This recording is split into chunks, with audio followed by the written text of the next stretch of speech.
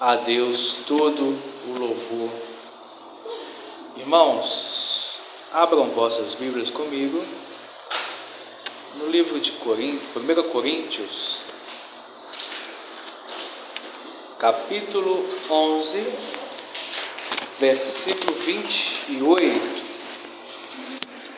Glória a Deus, aleluia.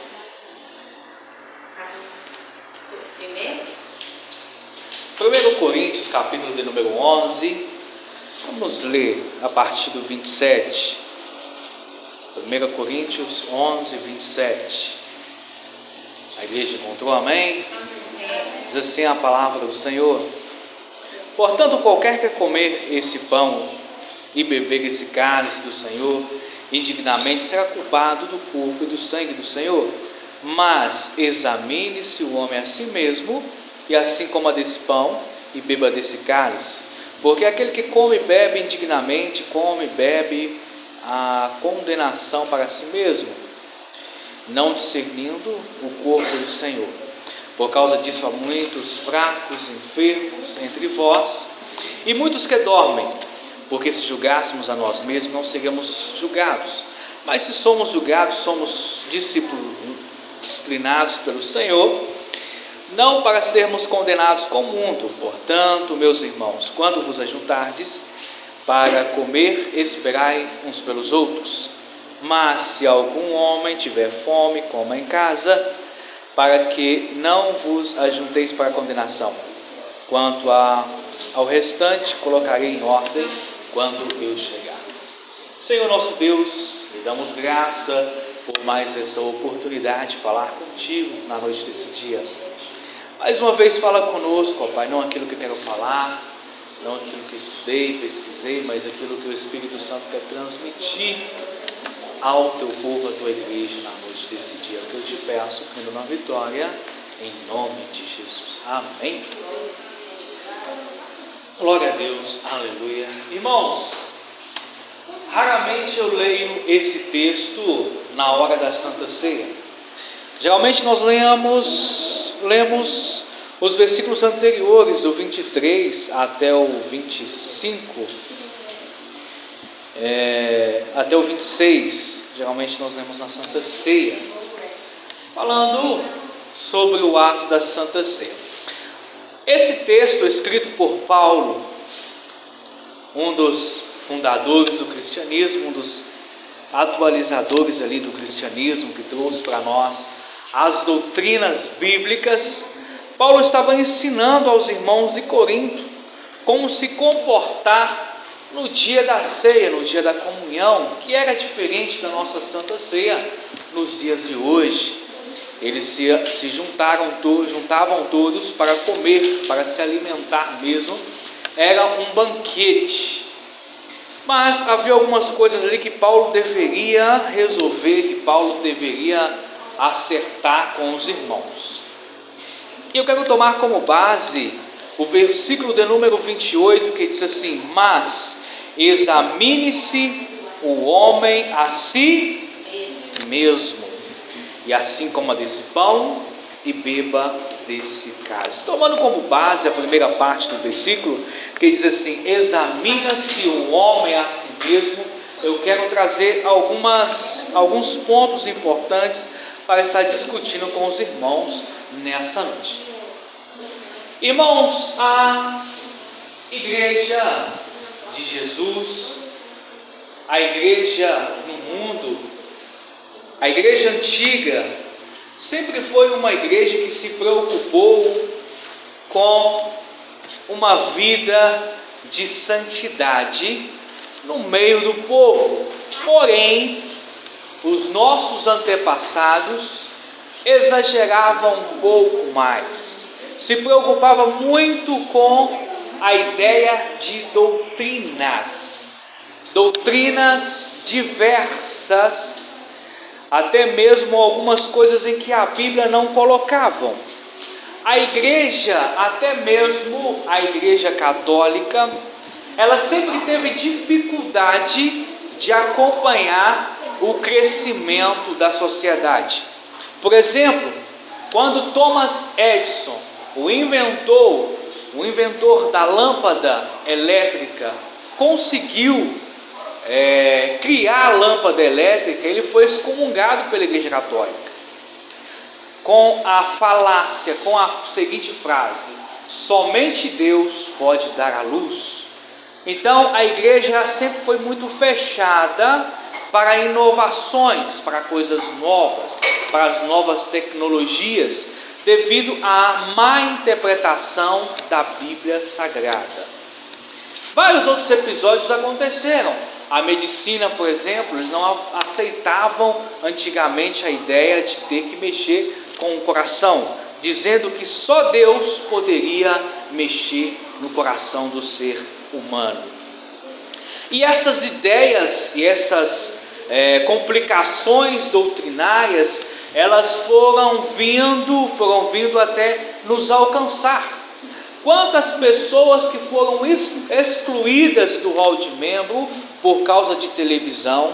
Quantas pessoas foram excluídas do hall de membro por causa de rádio? Quantas pessoas foram excluídas por causa de jogar bola? Quantas pessoas foram excluídas por roupas e outros acessórios mais? A igreja então sempre teve essa dificuldade de pregar o amor. Isso foi vindo desde os tempos bíblicos. Quando nós olhamos para a Bíblia, olhamos para o judaísmo, nós vemos uma religião fechada, uma religião em que não se aceitavam uma facilidade, por assim dizer. O judaísmo era uma religião dificultosa, ou ainda é uma religião difícil de se servir, porque eles viviam na era da lei. Então, se uma mulher, por exemplo, fosse pega em adultério, essa mulher deveria morrer apedrejada, porque era a lei. E outros mais pecados eram passivos de morte por apedrejamento ou outras situações. Como, por exemplo, Jesus, ele foi crucificado na cruz. Sim, foi um ato divino. Jesus deveria vir a esse mundo e ser crucificado na cruz. Mas se formos olharmos pelo lado material da crucificação de Jesus, quem crucificou Jesus foi a religião, foi a religiosidade, porque não aceitavam a ideia de Jesus dizer: sou filho de Deus. Então, na ideia dos religiosos daquela época, Jesus estava blasfemando. Por isso ele foi morto em uma cruz, em uma rude cruz. O lado material, então, falando assim, Jesus foi morto pela religiosidade. Então o tempo foi passando e até nos dias de hoje ainda existem muitas dificuldades. Muitas pessoas olham para uma pessoa que está em pecado, que caiu, e ao contrário de ajudar, ao contrário de estender as mãos, a pessoa empurra um pouco mais em palavras, dizendo: você não consegue ser crente, você não consegue ser fiel, você nunca vai ser fiel, você nunca vai ser cristão de verdade. Mas o apóstolo Paulo, na parte A desse versículo que eu li com os irmãos, disse: examine-se o homem a si mesmo. Então eu não tenho que julgar o meu irmão pelo erro que ele cometeu. Eu não tenho que julgar o meu irmão pela falha que ele cometeu.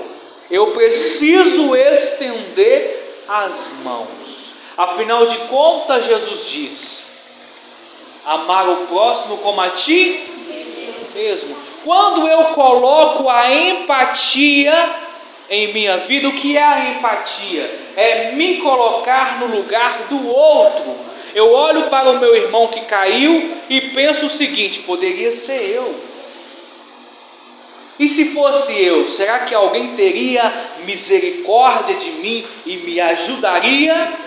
Então eu preciso colocar a empatia em meu coração a ponto de ajudar o irmão que está caído, a ponto de ajudar o irmão que está prostrado no chão.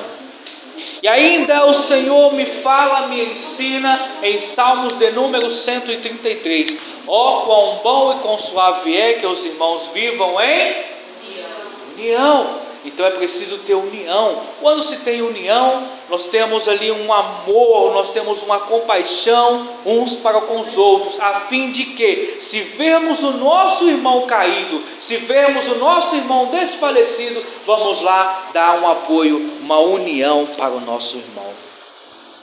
Mas o Senhor nos fala: examine-se o homem a si mesmo. Quando? Agora. Esse é o nosso momento de fazer um autoexame. O que seria fazer um autoexame? É colocar a nossa vida diante da luz divina. Que quando a nossa vida chega diante da luz divina, tudo que está oculto começa a aparecer. E o Senhor começa então a mostrar para nós a nossa vida, a fim de que tenhamos que corrigir a nossa vida. E começamos então a nos questionar: o que realmente eu fiz? Como foi a minha semana? Como foi o meu mês? E o Senhor, Ele sabe as nossas mais simples dificuldades, os nossos menores pecados, que nós gostamos de classificar como pecados pequenos, pecados grandes. Na verdade, não existe uma classificação assim, tudo é pecado, mas o Senhor, Ele sabe onde nós erramos, onde nós falhamos, onde nós escorregamos. Ele conhece. João, capítulo de número 8, versículo 3 a 5, vem falando assim: e os escribas e fariseus trouxeram uma mulher apanhada em adultério, pondo-a no meio deles, e diz: mestre, essa mulher foi apanhada no próprio ato, adulterando, e na lei mandou Moisés que tais sejam apedrejadas. Tu, pois, que dizes? Lá estavam então aqueles homens praticando a lei. Eles não estavam errados, não estavam. A questão é que a Bíblia vem nos ensinando: examine-se o homem a si mesmo. Aquela mulher, por conta própria, poderia procurar Jesus, sabendo ela, porque todos ali sabiam que havia um profeta que estava fazendo a diferença por onde passava. Ela mesmo poderia procurar a Jesus, mas ela foi induzida pelas pessoas que querem fazer com que o outro cumpra a lei. Pessoas assim, eu particularmente tenho até medo de pessoas que se mostram santarrões, pessoas que se mostram ser melhores do que nós, porque pessoas assim sempre escondem alguma coisa atrás. Quando você vê uma pessoa tentando fazer você cumprir a lei, observe, essa pessoa sempre tem algum erro na vida. A pessoa que quer mostrar santa demais, geralmente vive de aparência. E aqui não era diferente no meio desse povo. Levaram essa mulher. Primeiro erro: por que só a mulher? Não foi só ela que pecou. Se ela pecou, automaticamente quem estava com ela também pecou. Segundo erro, a falta de amor. Amar o próximo como a ti mesmo. Terceiro erro, aquele versículo que a Bíblia fala assim: antes de tirar um cisco, tentar tirar um cisco do olho do teu irmão, tira a trave do seu primeiro. Lá estavam aqueles homens então, todos, quando Jesus então permitiu que atirassem pedras naquela mulher. Jesus disse: aquele a qual não tem nenhum pecado, seja o primeiro a atirar a pedra nessa mulher. A Bíblia vem contando para nós que nenhum homem ficou perante Jesus e aquela mulher. Nenhum homem ficou. Agora Jesus poderia apedrejar ela, Jesus poderia matar ela ali naquele momento. Ele tinha direito, ele era o único que poderia cumprir a lei. Mas ele veio para pregar o amor. E ele trouxe àquela mulher o perdão. Primeiro ponto, é o momento de nós começarmos a fazer uma autoanálise da nossa vida, porque a volta de Cristo está iminente. Como está a nossa vida com Deus? Como está a nossa vida diante do Espírito Santo de Deus? Faça uma autoanálise. Use suas técnicas. Se quiser, pegue um espelho, coloque na sua frente e comece a te observar. Peça ao Espírito Santo, comece a mostrar para mim aonde eu estou errando, pois eu quero consertar diante do Senhor. Aonde estou falhando, pois eu quero ter uma mudança diferente na minha vida. Segundo ponto de exame, eu tenho que ter uma boa vontade, eu tenho que ter vontade de me examinar. Provérbios 28:13. O que encobre as suas transgressões nunca prosperará, mas aquele que confessa e deixa alcançará misericórdia. Eu acho bacana esse versículo, que ele traz aí um princípio de prosperidade. Quando a gente fala de prosperidade, a maioria de nós pensamos só em dinheiro, mas prosperidade não é só dinheiro. Quando você tem uma vida saudável, você tem uma vida próspera. Quando você tem uma família em paz, você tem uma vida próspera. Quando você tem um trabalho que você tem paz, um trabalho que você tem prazer de executá-lo, é vida próspera. Prosperidade não é só dinheiro, prosperidade é em todos os atos. Então a Bíblia se cumpre aqui. Eu preciso ter vontade de me examinar. Eu preciso ter vontade de, quando eu descobrir algum erro na minha vida, algum pecado na minha vida, eu querer mudar de vida, eu querer pedir perdão, porque a Bíblia fala: aquele que confessa e deixa alcança a misericórdia, mas aquele que não confessa, ele não prospera. Não prospera. Aquele que encobre as suas transgressões não prospera. Eu não sei os irmãos, mas toda vez que eu estava em pecado lá atrás, eu não conseguia sobreviver na minha vida. Alguma coisa eu precisava de resolver. Enquanto eu não chegava e procurava o meu líder espiritual, o meu pastor, o que for, e conversava: pastor, aconteceu assim, assim na minha vida, errei, caí, aquilo ia me consumindo, eu não conseguia trabalhar, eu não conseguia dialogar com as pessoas, porque é fato, é bíblico: aquele que tenta esconder os seus pecados não prospera, a sua vida não deslancha. Tudo que ele tenta fazer não dá certo, porque tem alguma coisa ali que ele precisa resolver. É bíblico. Eu preciso ter vontade de confessar os meus pecados. O Espírito Santo nos mostra onde estão os nossos pecados, mas o Espírito Santo não julga ninguém. Quando você vê alguém te julgando, é Satanás. O Espírito Santo te mostra que você precisa de mudar. Satanás julga: você caiu, você não consegue, você é isso, você é aquilo outro. É diferente um do outro. Terceira situação, tem que ter profundidade. Malaquias 3, 7-9. Não chame de inofensivo que Deus chama de pecado. Malaquias 3, 7 ainda.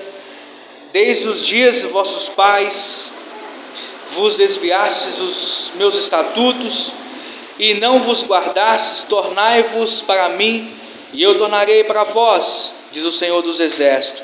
Mas vos dizeis: em que havemos de tornar?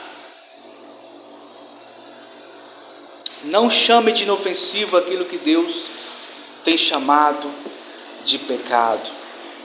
O povo de Israel sempre pecou diante do Senhor, e o pecado é assim: quando você não confessa o pecado, quando você não muda de vida, você começa a perder a fé, começa a perder a presença do Espírito Santo. O Espírito Santo passa a não mais comunicar com você, de forma que a sua mente começa a se cauterizar, de forma que aquilo que é pecado para você já não é mais pecado, e sim é coisa simples. Isso tem acontecido no mundo nos dias atuais. O errado é certo e o certo é errado. Já não existe mais conceito do que é certo, do que é errado. Já não existe mais ética no mundo, já não existe mais moral no mundo. Pecar no mundo é estilo de vida. E se você falar alguma coisa contra eles, eles falam contra você, eles se chamam de ultrapassado, de ortogado. Fala que hoje a vida é outra, nós estamos em um século diferente. Tentam mudar as regras da Bíblia. Já está aí quase saindo já em lançamento a nova Bíblia, onde eles querem atualizar os aplicativos da Bíblia. Cuidado quando você for baixar a Bíblia, para ver se já não é uma Bíblia do Satanás, né? Porque atualizaram a Bíblia, pegar o que diz o conceito, a essência da Bíblia e mudar, nada mais é do que uma linguagem de Satanás. Tudo para poder facilitar o pecado, tudo para poder mudar a essência divina. Cuidado, o mundo jaz no maligno, e a Bíblia falou que nesses últimos dias haveriam falsos profetas que, se possível, enganariam até os escolhidos. O que tem de pessoas que se dizem pastores, que apoiam coisas erradas como aborto, coisas erradas como o LGBT, coisas erradas diversas. O que tem de pastores que estão apoiando esses tipos de erro. Então é preciso se arrepender profundamente das práticas do pecado e fugir das práticas pecaminosas do pecado. Hebreus 4:12 diz assim: porque a palavra de Deus é viva e eficaz, mais penetrante do que qualquer espada de dois gumes, e penetra até a divisão da alma e do espírito, e das juntas e medulas, e é apto para discernir pensamentos e intenções do coração. Então é preciso ter a luz da palavra, é preciso examinar a palavra para saber se o que está acontecendo nesse mundo é de Deus ou não. É preciso examinar, é preciso conhecer a palavra, é preciso alinhar diante da palavra, é preciso mudar a forma, a conduta de viver. A minha conduta tem que ser de acordo com a palavra de Deus. Essa tem que ser o meu manual de regra e prática diária. Essa tem que ser o meu manual. Esse tem que ser o meu manual. Essa tem que ser a minha companheira de caminhada. Porque os dias são maus. O que se pregam aí fora são coisas ruins, são coisas complicadas. É preciso temer diante da palavra do Senhor, é preciso ter zelo pela obediência. Eu acho bacana a vida de Paulo, porque antes de se converter ao Evangelho, ele já é uma pessoa zelosa pela lei. Ele fez o que ele fez, acreditando estar fazendo a vontade de Deus. Era a vontade de Paulo fazer a vontade de Deus, porque o judaísmo tem essa ideia. O judaísmo quer fazer com que as pessoas cumpram a lei na risca. Então, quando veio Jesus, o cristianismo, e começou a mudar algumas coisas, começou a ensinar o amor, porque a lei sem o amor ela é complicada. A lei são regras para poder organizar, para poder nos proteger. A lei é para proteção, porém a lei sem o amor ela é uma escravidão, porque a pessoa que vive na lei ela é escrava da lei. Quer ver? Vá em algumas igrejas que tem muitas regras, você não consegue adorar a Deus, porque são muitas regras. Isso não pode, isso não pode, isso não pode, isso não pode, isso é pecado, isso é errado, isso é errado, isso é errado. O que sobra? Nada. Não tem liberdade. Então, além da lei, é preciso ter o amor. Tem que ter a lei, e precisam ter as regras. Pensa em uma nação sem leis, a baderna que seriam. Porém, além da lei, é preciso ter o amor. Então, Jesus veio para poder pregar o amor. Paulo, ele não entendia, antes de se converter ao cristianismo, ele não entendia, ele achava que ele estava certo. Por ele achar que ele estava certo, ele começou a perseguir o povo de Deus, começou a perseguir os irmãos, começou a matar, começou a destruir ali, na intenção de acabar com a igreja de Cristo, porque ele achava que ele estava certo. O Senhor então agradou-se de Paulo. Olha que interessante, Deus agrada das piores pessoas que a gente possa imaginar, daquele que está lá fora, que nós não damos nada para ele. É desse que Deus agrada, para fazer a diferença.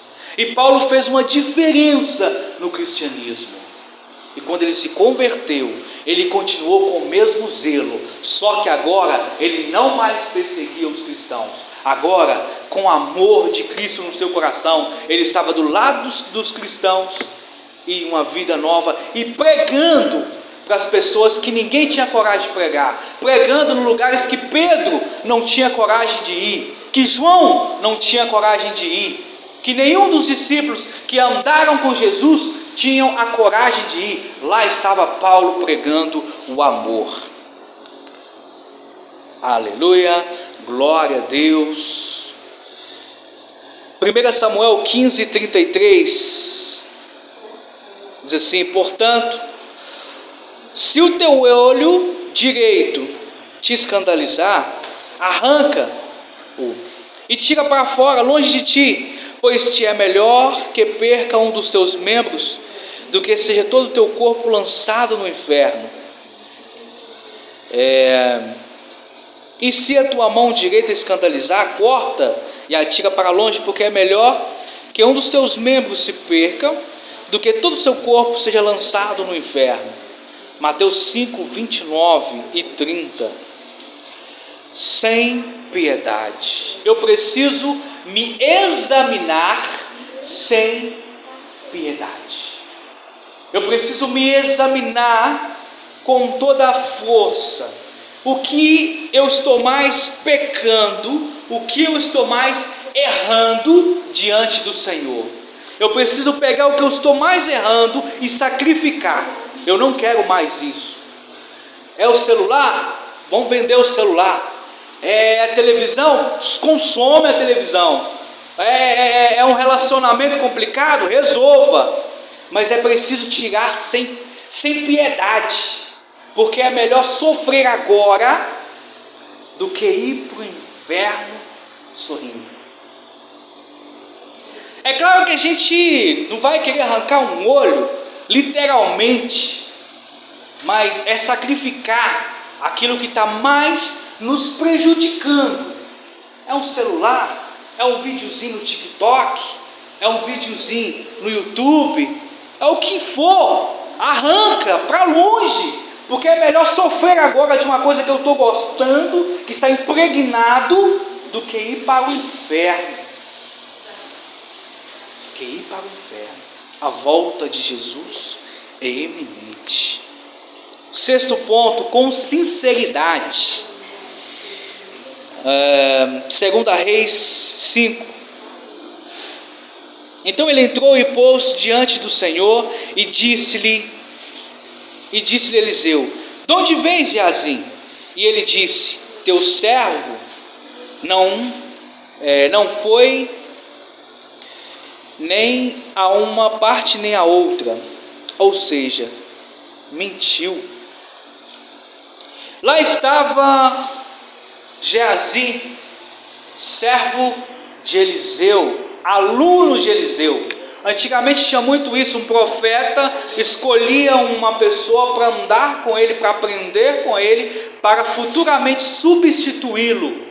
Assim como aconteceu com Elias. Eliseu andou com Elias, aprendeu com Elias e substituiu Elias.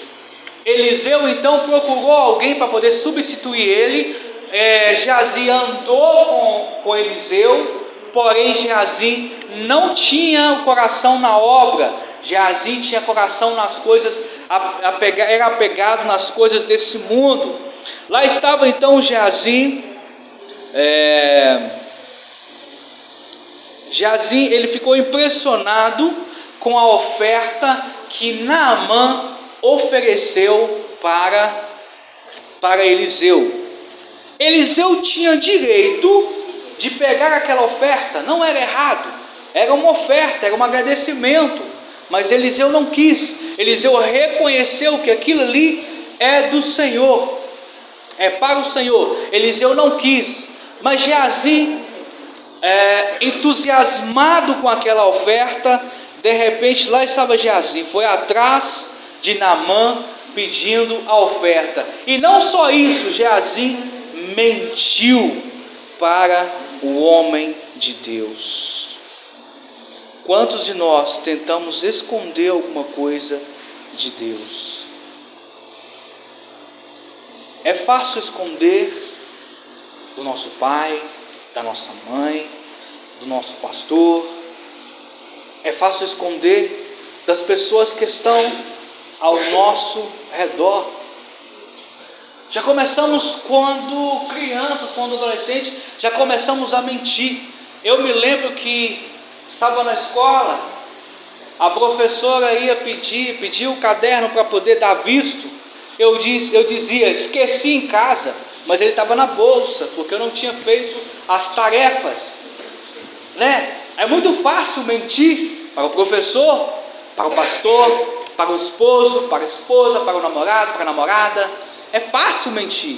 E para Deus? Será que é fácil mentir para Deus? Será que é fácil falar com Deus? Não, Deus, né? Examine-se, um homem, ele tudo vê, ele tudo vê. Então precisamos ter sinceridade diante do Senhor. E o último ponto, orando, clamando ao Senhor. Salmo de número 139, 23, 24. Sonda-me, ó Deus, e conhece o meu coração, prova-me e conhece os meus pensamentos, vê se há em mim algum caminho mau, guia-me pelo caminho eterno. Esse é o juízo. A primeira exigência é uma participação abençoada na mesa do Senhor. Precisamos pedir a Ele: sonda-me, Senhor, sonda-me, Senhor, vê se há em mim alguma coisa que precisa ser mudado e moldado. O que é uma sonda? Uma sonda, geralmente, existem vários tipos de sonda. Existe a sonda que é usada pelo eletricista, que é para passar fio dentro de mangueira, onde nós não conseguimos passar com a mão. Então é uma sonda do eletricista. Existe a sonda de desentupir alguma coisa, pia, tanques, que é para poder empurrar a sujeira.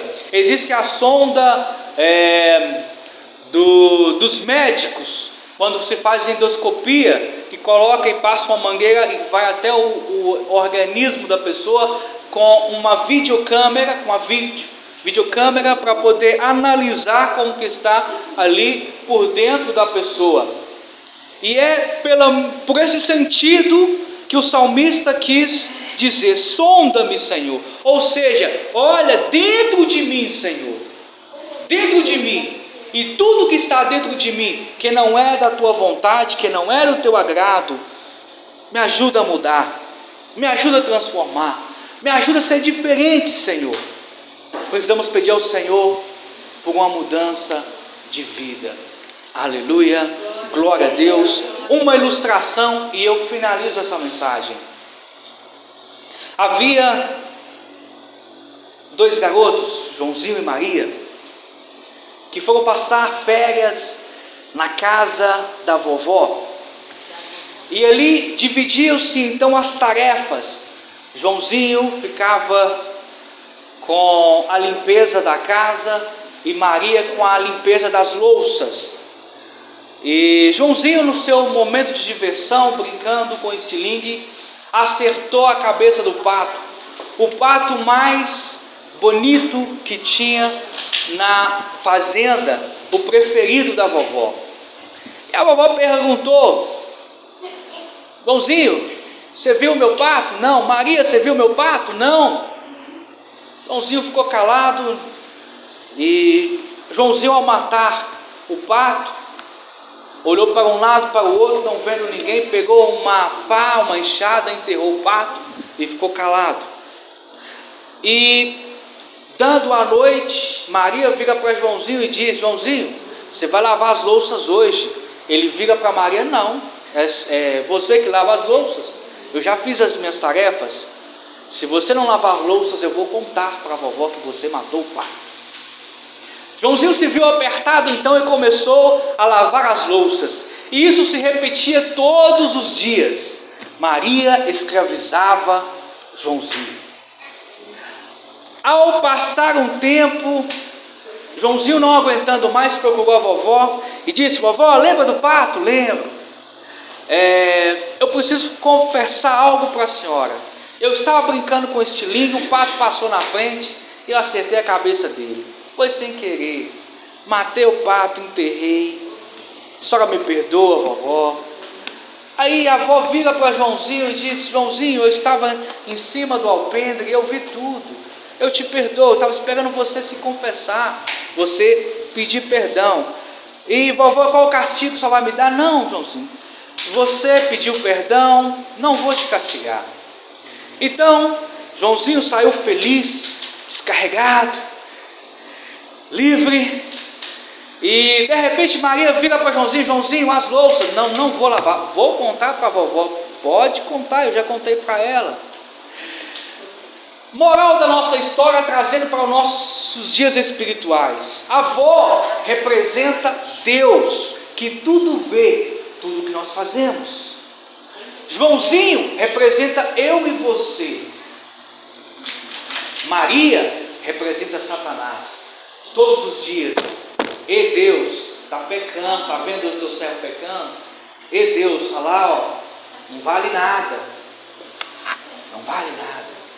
Satanás um dia chegou diante de Deus para poder, juntamente com os demais anjos, e o Senhor disse: viste o meu servo Jó? Então Satanás, ele nos observa todo dia, para poder nos condenar, para poder nos escravizar. O que você precisa confessar diante do Senhor? O que você precisa mudar para que você tenha uma vida próspera diante do Senhor? Faça seu autoanálise e peça perdão para o Senhor. Mude a sua vida. Ainda há tempo, ainda há esperança.